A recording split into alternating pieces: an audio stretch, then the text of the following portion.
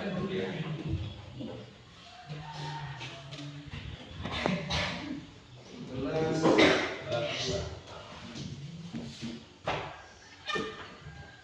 Apa ya toh?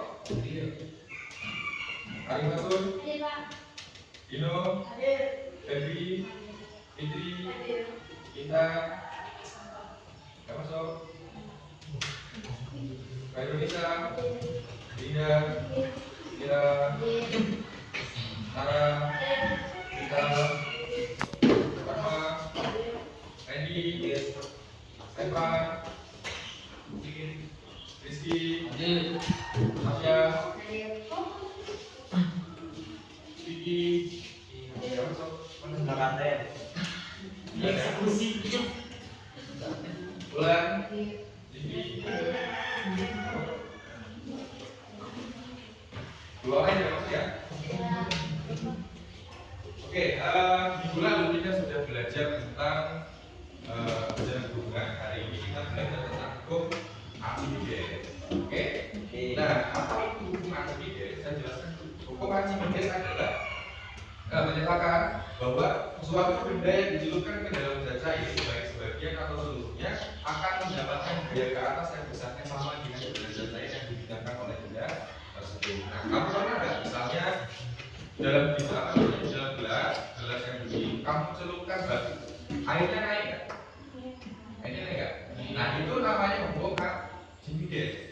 Oke, mengalami gaya ke atas yang ke atas sama airnya.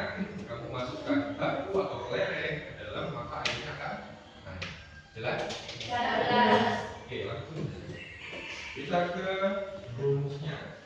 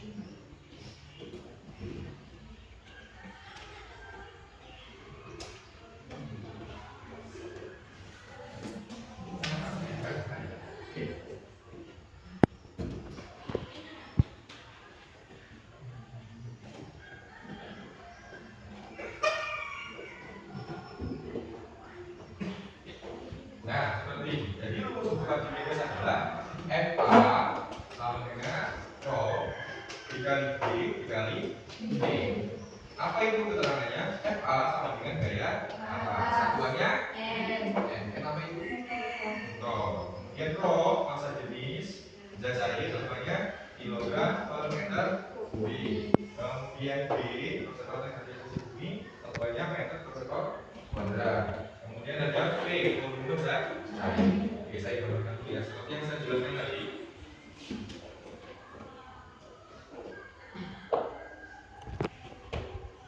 Nah, ini pada saat kondisi gelas yang normal. Nanti kalau masukkan kelereng, nah di sini, maka airnya akan.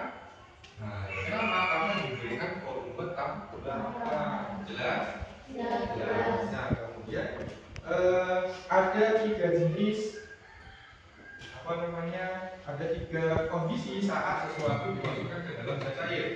Yang pertama ada pasti seperti ini, tenggelam, berada di dasar. Kemudian ada lagi terapung di sini, bendanya terapung.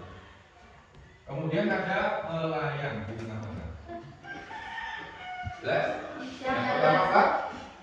Yang pertama tenggelam. Yang kedua terapung. Yang ketiga melayang. Oke. Nah, kemudian lagi hukum Archimedes itu diterapkan dalam kehidupan sehari-hari. Contohnya apa? Apa yang kalau di air itu melayang? Kalau di air itu mengapung? kertas. Alat yang besar yang butuh motoran namanya? Baik. Aku? Kapal. Kemudian apa lagi? Api. Kita tunggu di mana ya? Yang melayang. Kemudian ada lagi yang melayang di tengah-tengah.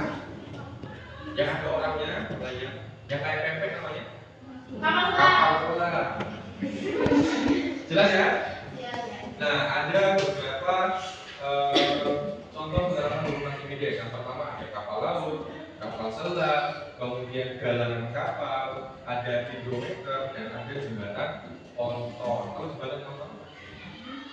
Jembatan yang melayang di sungai-sungai yang nggak ada tiangnya bawahnya. Itu namanya jembatan ponton. Jelas? Jelas?